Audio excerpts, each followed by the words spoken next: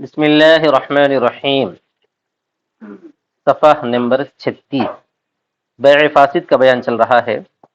اس میں سے ایک دو بیعیں پہلے ذکر کی جا رہی ہیں، اس کے بعد پھر مزید دو تین آئیں گے۔ جزع فی السقف وذراع من ثوب ذکرا القطع او لم یذکراہ، کیا مطلب؟ اوپر سے اس کا تعلق ہے، یعنی یہ کہ جائز نہیں ہے، لا يجوز سے تعلق رہتا، سمجھ میں آ گیا نا؟ ولا سوق ولا جزع فی السقف، ایسا جائز نہیں ہے جزع کی بیع چھت میں۔ جزع اردو اچھی اردو میں بولتے ہیں اس کو شہپیر، اچھی اردو میں کیا بولتے ہیں؟ شہپیر۔ ہماری دکنی لہجے میں اس کو بولتے ہیں ناٹ۔ آج کل تم لوگوں کو ناٹا نہیں معلوم، کیونکہ ایسے گھراں ہے ہی نہیں۔ بھیم کا سب بیچتے ہیں بیچنے کا قصہ ہے یہاں، ناٹ بیچ دینا، کیسے؟ چھت میں لگی ہوئی ہے، اس ناٹ کو اکھاڑ کے دے دینا، یہ مطلب اس کی بیع جائز نہیں ہے۔ وذراع من ثوب، اور کپڑے میں سے ایک ذراع کی بیع جائز نہیں ہے۔ ذکرا القطع ولم یذکرا، ذکرا بولے تو ان دونوں نے ذکر کیا، بائع اور مشتری نے، توڑنے کا، یا اس کو ان دونوں نے ذکر نہیں کیا۔ کیا مطلب ہے؟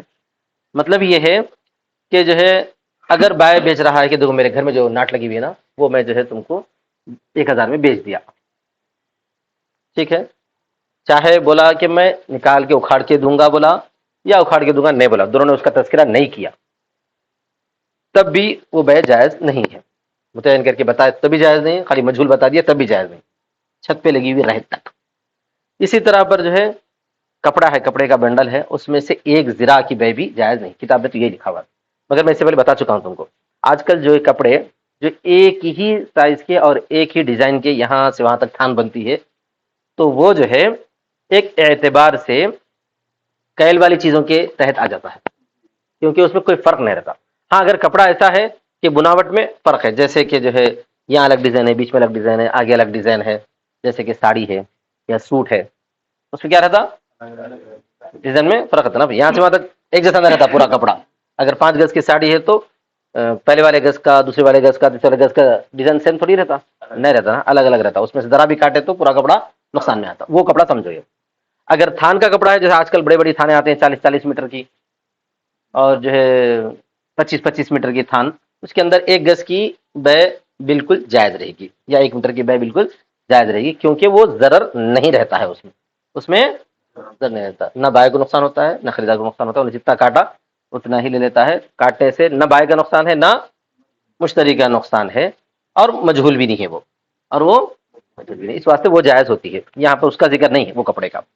بہرحال، اور شہتیر کی بیع چھت میں اور کپڑے میں سے ایک ذراع کی بیع ان دونوں نے کاٹنے کو ذکر کیا ہو یا اس کو نہ ذکر کیا ہو، جائز نہیں ہے۔ لأنه لا يمكن تسلیم الا بضرر، اس لیے کہ ممکن نہیں ہے اس کو سپرد کر دینا مگر ضرر کے ساتھ۔ اب چھت میں سے نکال کے دیں گا بائع، دینا تو پڑے گا نا بھائی، تو انہیں خریدا ہے تو پھر اس کو بائع کو نقصان ہوتا نہیں ہوتا، اس کا چھت کیا ہو جاتا ہے؟ گر جاتا ہے، خراب ہو جاتا ہے، ایسا۔ بخلاف ما اذا باع 10 دراہم من نقرۃ فضۃ، برخلاف وہ صورت کے جبکہ چاندی کا ایک ٹکڑا ہے اچھا بڑا، اس میں سے 10 درہم متعینہ طور پر خریدے، تو اس میں سے کوئی حرج نہیں۔ تو آج کل کپڑا بھی اسی جیسا آ گیا، سمجھ میں نا؟ چاندی کا پورا ٹکڑا، پورا چاندی کا ڈلہ یا ٹکڑا ایک جیسا رہتا ہے، اس میں سے 10 درہم کی اتنی جگہ نکال کے کٹ کرے بیچ دیے، اور بیچنے مطلب ہے کہ کٹ کرنے سے پہلے ہی بول دیے کہ میں یہ حصہ تم کو چاندی کا بیچ دیا، تو اس کو کٹ کرنے میں بقیہ چاندی میں کوئی نقصان نہیں ہوتا، کیونکہ بقیہ چاندی بھی اس کی کارآمد ہے نہیں ہے۔ برخلاف وہ صورت کے جبکہ بیچا 10 درہم کو چاندی کے ڈلے میں سے، نقرۃ فضۃ، لأنه لا ضرر في تبعیضه، اس لیے کہ کوئی نقصان نہیں اس کو الگ کرنے میں، اس کو کٹ کرنے میں، بعض کرنا، تبعیض بولے تو بعض کرنا یعنی حصہ بکرا بنانا۔ ولو لم يكن معین لا يجوز، ہاں اگر وہ متعین نہ ہو تو جائز نہیں، اس میں سے دوں گا بولے تو جائز نہیں ہے، بتانا یہ حصے میں سے دوں گا بولتے تو جائز ہے، کیونکہ اس میں بھی تھوڑا سا فرق پڑتا ہے، کسی جگہ موٹا ہے تو کسی جگہ پتلا رہتا ہے، لیکن وزن سے دے داؤ نے جو بھی دینا ہے۔ تو کہتے ہیں لماذا کرنا، اس وجہ سے جو ہم نے ذکر کیا، اس وجہ سے، اس وجہ سے کہ وہاں کٹ کرنا بائع یا مبی کا کوئی نقصان نہیں ہے، بائع کو کوئی نقصان نہیں ہے، بقیہ چاندی اس کی کام آتی ہے۔ وللجہالۃ ایضا، اور اچھا یہ یہ لما ذکرنا کا تعلق ہے پہلے والے مسئلے سے، بخلافی کا تو ہو گیا یہاں سے، اذا باع 10 دراهم من نقرة فضة لأنه لا ضرر في تبعيضه، یہاں تک ہو گیا. ولو لم يكن لا يجوز تک یہ مسئلہ ہو گیا، کون سا؟ چاندی والا. پھر یہ دلیل پہلے والے کی ہے، لما ذکرنا، یہ دلیل کس کی ہے؟ پہلے والے کی. وللجہالت ایزن کی ہے وہ دلیل. یہ ایسی عجیب غریب گنجری کی عبارت رکھتے ہیں نو گنجلک، کہ یہاں تک دلیل ہو گئی لا يجوز لما ذکرنا، بس یہاں تک لا يجوز لما ذکرنا. اگر متعین نہ ہو تو چاندی میں بھی جائز نہیں ہے، کیونکہ جیسا کہ ہم نے ذکر کیا، کیا ذکر کیا کہ اس میں جو ہے بائع کا نقصان رہے گا، بائع کا نقصان رہے گا. اگر بتا دیا تو کوئی نقصان نہیں ہوگا بائع کا. وللجہالت ایضا، اور مبی میں جہالت کی وجہ سے، مبی میں جہالت کی وجہ سے. اچھا یہاں پہ وہی رہ سکتا ہے. مبی میں جہالت کا مطلب یہ کہ اگر ذکر نہیں کرا، متعین نہیں کرا کون سا دے رہا، چاندی میں سمجھو، چاندی میں ہی کون سا دے رہا اگر متعین نہیں کیا ہے. کیا مطلب متعین نہیں کیا ہے؟ تو اتنا بڑا چاندی کا ایک ٹکڑا ہے یا چاندی کی ایک پلیٹ ہے، اس میں سے 10 درہم دے رہا بول رہا، تو مبی مجھول ہے کون سا 10 درہم، تو بتانا پڑے گا اس کو یہ 10 درہم بول کے. تو اگر بتا دیے تو دونوں وجوہات کی وجہ سے بے کے اندر فرق نہیں پڑتا. ایک تو یہ کہ متعین بھی ہے، اور دوسرا یہ کہ اس میں بائع کو کچھ نقصان نہیں ہوتا کٹ کرنے کی وجہ سے اگر بتا دیا. تو نہیں بتا دیا تو دو وجوہات ہیں. ایک تو یہ کہ کٹ کرنے سے بائع کو نقصان ہے، ہو سکتا ہے کہ بائع ادھر سے کٹ کرنا چاہ رہا ہے، انہیں بولتا ادھر سے کٹ کرو. اور دوسری یہ کہ مبی بھی مجھول ہے. مبی کون سی ہے؟ اتنی پلیٹ میں سے، اتنی بڑی چاندی میں سے مبی کون سی ہے؟ مجھول ہے، اسی وجہ سے نہیں معلوم ہے. تو مبی کے اندر جو چیزیں ہونا ضروری ہے، متعین بھی ہونا اور تسلیم میں ضرر بھی نہ ہونا. اچھا جہاں تک ناٹ کا قصہ ہے، ناٹ میں متعین ہونے کے باوجود تسلیم میں ضرر ہے، اسی وجہ سے وہ جائز نہیں ہے. بولیے ضرر ہے، اس لیے وہ بے جائز نہیں ہے. چاندی میں متعین ہونے کے ساتھ ساتھ تسلیم میں ضرر نہیں ہے، اس واسطے جائز. اگر متعین نہ ہو تو جائز نہیں رہے گا. ٹھیک، آگے فرماتے ہیں وَلَوْ قَطَعَ الْبَائِعُ الذِّرَاعَ، اوپر والا مسئلہ اب شروع ہوا. اور اگر بائع نے کٹ کر دیا ذراع کو، یعنی کپڑے میں سے ایک ذرا بول دیا تھا، ایک ذرا کٹ کر دیا. او قلع الجزع قبل ان يفسخ المشتری، یا جو ہے ناٹ کو اکھاڑ دیا، چھت میں سے کیا کرا؟ شہتیر کو اکھاڑ دیا. قبل ان يفسخ، اس سے پہلے کہ مشتری بے فسخ کر دے. مشتری فسخ کر دے مطلب اس نے قبول کیا نہ کیا بولنے سے، قبول نہ کیا بولنے سے پہلے کیا کر اکھاڑ کے اس کو دے دیا. تو جو بے غلط ہو گئی تھی پھر اب صحیح ہو جاتی ہے. وہ بے کیا ہو جاتی ہے؟ صحیح ہو جاتی ہے، کیونکہ اب متعین ہو گیا نا. اب اس کا جو بھی ضرر ہے انہیں دیکھ لے گا، اب اس کا جو بھی ضرر ہے انہیں دیکھ لے گا. اب وہ چیز متعین بھی ہو گئی اور اب ہاتھ میں سے دینا تو کوئی ضرر نہیں ہے. اسی وجہ سے کہتے ہیں یعود صحیحا، تو وہ صحیح بن کر لوٹ جاتی ہے بے. لزوال المفسد، مفسد کے زائل ہونے کی وجہ سے. فساد کیا تھا؟ تسلیم کرنا ضرر تھا، لیکن اب انہیں تسلیم کرنے کو تیار ہے، تسلیم کرنے کو تیار ہے، تو فساد ختم ہو گیا، بے صحیح ہو گئی. کبھی کبھار ایسا بھی ہوتا ہے، شروع میں فساد آ جاتا ہے لیکن بعد میں جو ہے فساد ختم ہو جاتا ہے. برخلاف اس صورت کے، اب یہاں پہ اس کے برخلاف اور ایک مسئلہ ہے جو فساد ہونے کے بعد پھر صحیح نہیں ہوتا، جیسا کہ کھجور کے اندر کی گٹلی کی بے، کھجور کے اندر کی گٹلی کی بے، یا اسی طرح پر جو ہے خربوزے کے اندر کی بیجوں کی بے. آپ بولیں گے خربوزے کے بیج کون خریدتا؟ خریدتے بھی خربوزے کے بیج، وہ ڈرائی فروٹ کے اندر استعمال ہوتے ہیں. اب کھجور کی گٹلیاں گھوڑوں کو کھلانے کے واسطے لوگ لیتے تھے، گھوڑوں کو کھلانے کے لیے کھجور کی گٹلیاں کام آتے. سمجھ میں آ گیا؟ اس کا آٹا وغیرہ بنا کے کھلاتے، شاید پتہ نہیں کیا ہے. بخلاف ما اذا باع النوى، برخلاف وہ صورت کے جب کہ گٹلیوں کو بیچا کھجور کے اندر، یا جو ہے بیج کو بیچا خربوزے میں، حيث لا يكون صحيحا، تو وہاں پر وہ آپ کھجور کھول کھول کے جو ہے گٹلیاں دینے کے باوجود بھی بے صحیح نہیں ہوگی، کیونکہ وہ مجھول ہی تھا کہ اس کے اندر گٹلی ہے یا نہیں، کوئی ضروری نہیں. جس کھجور میں گٹلی بول کے بولے وہ کھجور میں گٹلیاں ہی نہیں نکلے تو کیا کر سکتے؟ یا جس خربوزے کے اندر بیج بولے تھے وہ خربوزہ بغیر بیجوں کا تھا، بے دانہ بولتے ہیں اس کو، کیا بولتے ہیں؟ بے دانہ خربوزہ ہے. تو پھر ان خریدا کس چیز کو؟ تو بے مبی ہونا وہاں طے نہیں تھا، تو لہذا بے کھول کے دینے کے بعد بھی صحیح نہیں ہوگی، پہلے ہی فاسد ہو گئی تھی، پہلے ہی فاسد.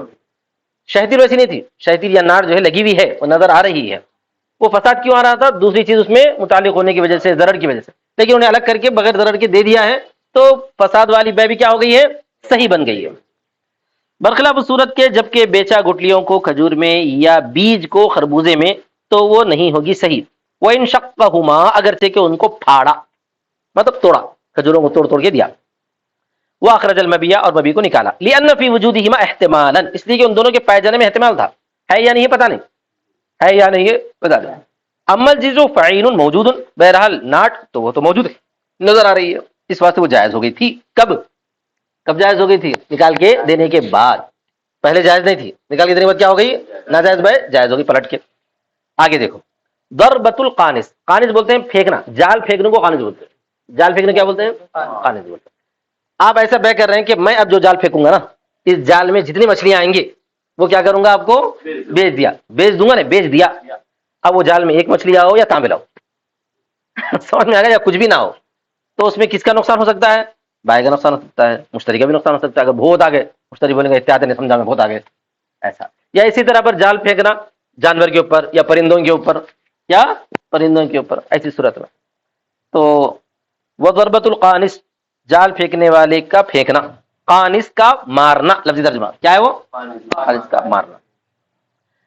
وهو ما يخرج من الصيد بضرب الشبكة مرة، وہ ہے کہ جو نکلتا ہے شکار سے جال کے پھینکنے سے ایک مرتبہ. گولی سے مار کے بھی بولو آپ، یا تیر چلا کے بولو، یا جو جالا پھینک کے بولو. کیوں؟ وجہ کیا ہے اس کے بے نہ ہونے کے لیے؟ انو مجہول، اس لیے کہ وہاں پہ مبی مجہول ہے. پہلی بات تو یہ ہے کہ مبی مجہول ہے، وہاں آتی نہیں آتی، کتنی آتی، کچھ پتہ نہیں ہے، اور مجہول کی بے جائز نہیں ہے. وَلِأَنَّ فِيهِ غَرَرًا، اور اس لیے کہ اس میں دھوکہ بھی ہے. اس بات کا دھوکہ ہے، اس بات کا دھوکہ ہے کہ آپ جو جانور سمجھتے تھے وہ جانور ہی نہیں پڑا وہاں پہ. مثال کے طور پر مچھلی سمجھ کے جو جالا پھینکے وہاں نکلے کیا؟ تانبیل، تو دھوکہ ہو گیا نا، وہ ایک بتا کے دوسرا دے دیے. ہاں. یا اسی طرح پر جو ہے آپ خرگوشوں کا جال، جیسے ان کے گاؤں میں ڈالتے خرگوشوں کا جال بول کے، وہاں خرگوشوں کے بجے کبھی کبھار سانپ پھنس جاتے، وہ جال میں سانپ پھنس جاتا، ہوتا نہیں ہوتا، یا منگل پھنس جاتا، تو کیا وہ دیں گے اس کو؟ تو اس واسطے وہ جائز نہیں ہے. دو وجوہات ہے، اس لیے کہ وہ مجہول ہے اور اس لیے کہ اس میں دھوکہ ہے. آگے دیکھو، بیع المزابنہ، مزابنہ زبن سے نکلا ہے، اس کو بولتے ہیں پھلوں کی بے، پھلوں کی بے جو کہ کٹے ہوئے ہیں، ان پھلوں کے عوض میں جو کہ جو ہے درختوں پر ہے، ان پھلوں کے عوض میں جو کہ درختوں پر ہے، برابری کے ساتھ. اب برابری کے ساتھ تو ممکن نہیں ہے. ایک کٹا ہوا پھل ہے، کٹے ہوئے پھل ہیں، مثال کے طور پر آم ہے، آم کٹے ہوئے یہاں پہ موجود ہیں، کتنے ہیں وہ؟ ایک ٹوکری ہے. اگر اس کو اس کے حساب سے اندازہ لگا لیا جائے، کیل کے حساب سے، کیونکہ پھل وغیرہ جو ہے یا تو عددی ہوتے ہیں یا کھجور ہے تو وہ کیلی ہوتے ہیں. ہم کھجور کی مثال بہت آسانی سے لے سکتے ہیں.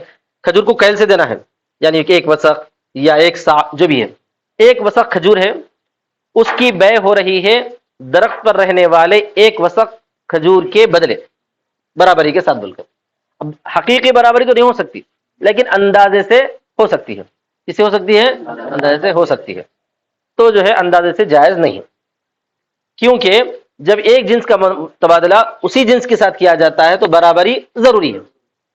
کھجور کا تبادلہ کھجور سے کرنا ہے تو ایک سا کا تبادلہ ایک سا سے چھونا، ایک سا کا تبادلہ 1.5 سا سے یا 2 سا سے نہیں ہو سکتا. اور جہاں پر جو ہے اندازہ کرنا جو ہے، جہاں برابری کرنا ممکن نہیں ہے تو وہاں بے ہو ہی نہیں سکتی. اب کھجور کے درخت کے اوپر جو کھجور لگے ہوئے ہیں اور جو کٹے ہوئے کھجور ہیں، ان دونوں کے اندر برابری ممکن ہے کیا؟ ممکن نہیں ہے. کیسے اندازہ لگائیں گے آپ؟ یہاں پر ایک وسق موجود ہے تو وہاں پر ایک وسق ہونا ممکن ہے، 2 وسق بھی ہوں گے یا آدھا وسق ہوں گا، تو برابری چونکہ ممکن نہیں ہو سکتی لہذا وہ بے جائز نہیں. اسی طرح کھیت کا مسئلہ ہے، اس کو محاقلہ بولتے ہیں. ہاں، کٹی ہوئی کھیت کی حقل، کھیت کٹی ہوئی کھیت کی بے اور زمین پر لگی ہوئی کھیت کے مقابلے میں، اور وہاں پر بھی برابری سرابری کے ساتھ ممکن ہی نہیں ہے. اب یہاں پر دھان ہے، مثال کے طور پر ایک گمی دھان نکلی یا ایک وسق دھان نکلی. اب اس دھان کا جو ہے تبادلہ کریں گے آپ کون سے؟ کھیتی جو ہے زمین پر لگی ہوئی ہے اس کی دھان میں، کوئی ضروری نہیں پوری کی پوری اگر تال ہے اس میں دھان ہی نہیں ہے تو پھر اس کا پورا نقصان ہے نہیں ہے خریدار کا.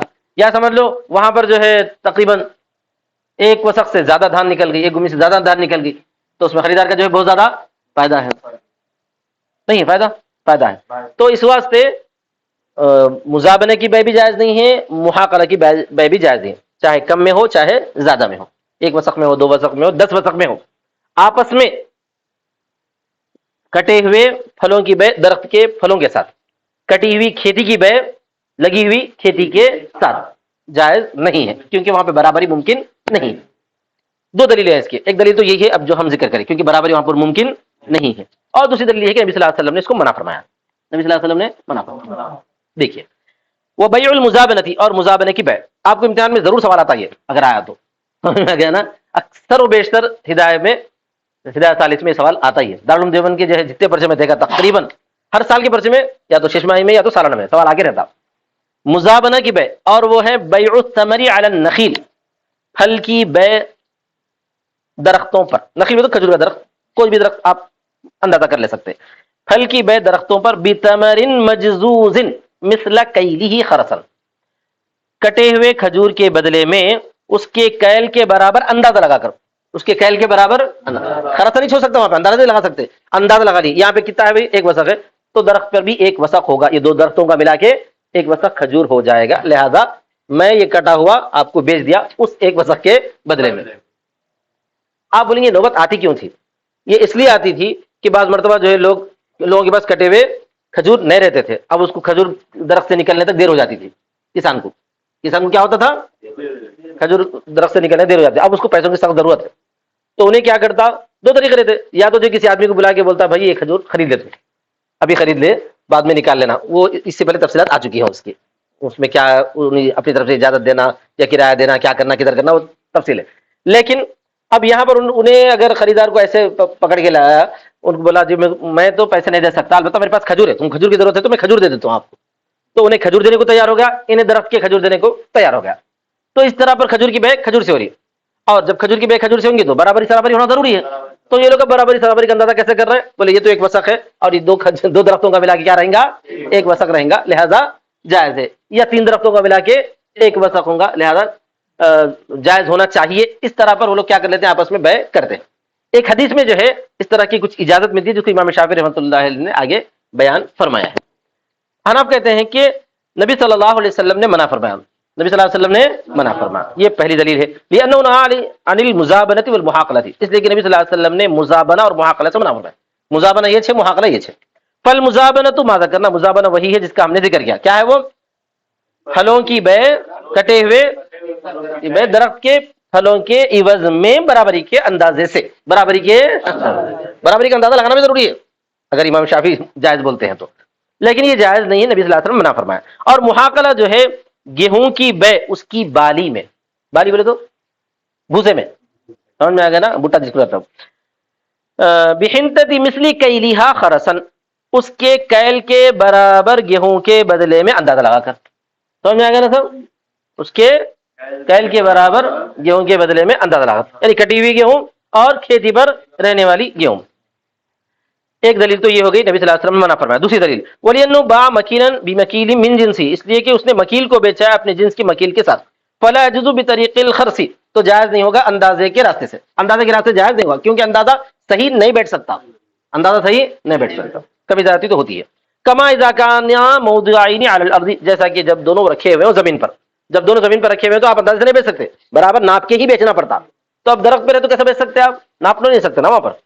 وقضا، یہ کھجور اور گیہوں کی ایک مثال دی گئی ہے، اسی طرح سب چیزیں آتی ہیں اس میں۔ وقضا العنب بالزبیب، اسی طرح انگور کی بیع زبیب کے بدلے میں، زبیب کس کو بولتے ہیں، کشمش، کٹے ہوئے انگور، سمجھ میں آ گیا نا، اسی طرح پر ہے۔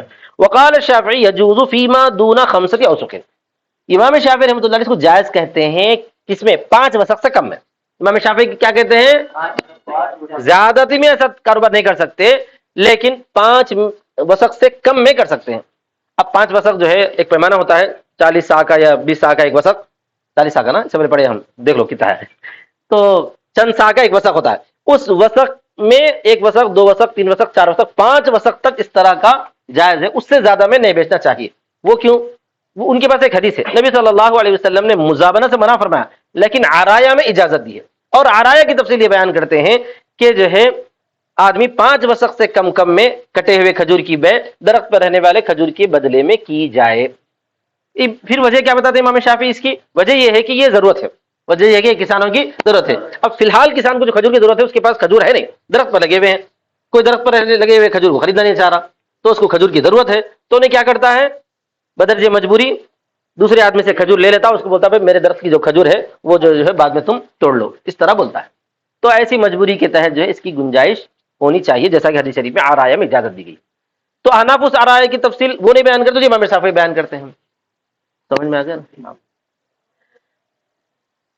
اور وہ یہ ہے امام شافعی رحمۃ اللہ علیہ نے فرمایا جائز ہے 5 وسق سے کم کم میں، یجوز فیما دون خمسۃ اوسق، 5 وسق سے کم کم میں جائز ہے، اس لیے کہ نبی صلی اللہ علیہ وسلم نے منع فرمایا ہے مزابنہ سے، ورخص فی العرایا، اور رخصت دی ہے، عرایا میں۔ عرایا کیا ہے؟ وہو ان یباع بخرسها تمرا، اور وہ یہ کہ بیچا جائے اس کے اندازے سے کھجور کو 5 وسق سے کم کم میں۔ 5 وسق سے کم کو عرایا بولتے ہیں، 5 وسق سے بڑھ گیا تو مزابنہ میں آتا تو جائز نہیں ہے، انہوں یہ کہتے ہیں۔ ہماری دلیل یہ ہے کہ آپ عرایا کے جو معنی بیان کریں وہ صحیح نہیں ہے۔ ہماری دلیل کیا ہے بھائی؟ عرایا کے آپ جو معنی بیان کریں وہ صحیح نہیں ہے۔ العریۃ العطیۃ لغتاً، عریہ لغت میں عطیہ کو کہتے ہیں۔ اب عطیہ کا مطلب پھر کیا ہوگا؟ پھر حدیث کو مفہوم بیان کرنا ہوتا ہے، تو حدیث کا مفہوم یہ بیان کرتے ہیں در حقیقت یہ عطیہ کا معاملہ تھا، در حقیقت یہ کیا تھا؟ عطیہ کا معاملہ تھا۔ وہ کیسے رہے گا؟ وہ اس طرح پر کہ کوئی کسان آدمی بہت مالدار ہے اور خوب پیسہ ہے اس کے پاس، وہ کسان کیا کرا، اپنے 1-2-3 کھجوروں کا درخت میں سے 1-2-3 کھجور کے درختوں میں سے 1-2-3 درختوں کا کسی کو عطیہ دے دیا، کسی کو یہ غریب کو بول دیا کہ بھائی آپ یہ کھجور کا درخت، 2 درخت، 3 درخت، یا 1 درخت کا کھجور میں تم کو عطیہ دے دیا۔ اب عطیہ دے دینے کے بعد جو ہے انہیں کا فوراً تو نہیں توڑ لیتا نا، پھر ذرا پھل پختہ ہو جانے کے بعد جب جس لائق ہو جائے تو اس لائق ہونے کے بعد توڑنا چاہتا ہے، تو بار بار آئے گا جائے گا دیکھے گا، تو اس سے کیا ہوگا؟ اس کو بھی حرج ہے آنے جانے کا، اور یہ مالی کے جو زمین ہے، مالی کے جو باغ ہے، عطیہ دینے والا معطی، اس کو بھی کیا ہے بھائی؟ حرج ہے۔ تو اس حرج کا حل انہیں یہ نکالا کہ بھائی ٹھیک ہے یہ تمہارے کھجور ہے نا، میں اس کھجور کے بدلے میں کیا کروں گا، وہ کھجور تم میرے کو بیچ دو کٹے ہوئے کھجوروں کے بدلے میں۔ آیا سمجھ میں؟ کیا سمجھ میں آیا؟ پہلے انہیں کیا کرا، اپنے کھجور کے درخت کو عطیہ دے دیا کہ اس میں جتنے پھل ہے وہ پھل جو ہے تم کو دے، درخت کو نہیں پھل کو عطیہ دے دیا۔ پھر اس کے بعد اس کو حرج محسوس ہو رہا تھا اس کے آنے جانے سے یا اس کے توڑنے سے، تو اس نے کیا کیا، پھر اس سے اس عطیہ دیے ہوئے کھجوروں کو خرید لیا ہے، اس کے بدلے میں کٹے ہوئے کھجوروں کے بدلے میں۔ اس طرح کی تعویل کی گئی ہے اس عرایا کے رخصت کے سلسلے میں۔ یہاں پر جو ہے اس کو صرف بے مجازن کہہ دیا گیا ہے، بے نہیں ہے، وہ بے نہیں ہے کیونکہ عطیہ ہی ہے۔ کیونکہ بے کیوں نہیں ہے میں بتاتا ہوں، اس لیے بے نہیں ہے کہ جب تک وہ کھجور جو ہے درخت پر لگے رہیں گے اس وقت تک وہ آدمی دوسرا مالک بنا ہی نہیں، کیونکہ عطیہ کے لیے قبضہ شرط ہے، عطیہ کے لیے قبضہ شرط، انہیں مالک بنا ہی نہیں۔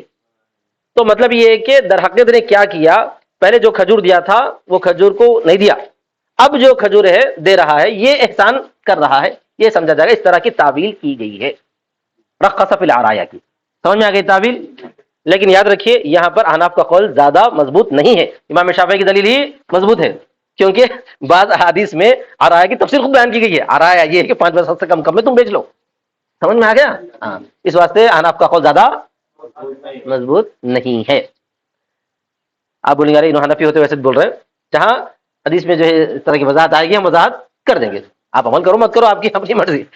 قلنا، ہم کہتے ہیں العطیہ العریہ، العطیہ عریہ عطیہ ہے لغوی طور پر، اور اس کی تعبیل یہ ہے کہ معرا لہو بیچے، معرا لہو کا مطلب جس کو عطیہ دیا گیا ہے، کون؟ وہ غریب آدمی، کون؟